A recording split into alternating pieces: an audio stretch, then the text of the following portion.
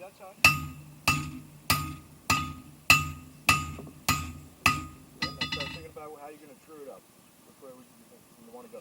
So like come up this way and look down this side and see what it's doing. See how you're kind of coming this way a little bit? The other way. Stop. Okay, now take a look. Okay. Just a turn. Right? Yeah, just one or two might get you right where you need.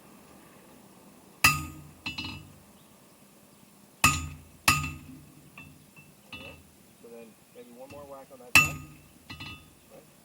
And you're starting to lose your heat. You don't want to cold work it, so when you cold work steel, it becomes brittle. Okay. Right? And it'll start cracking on you as you're working.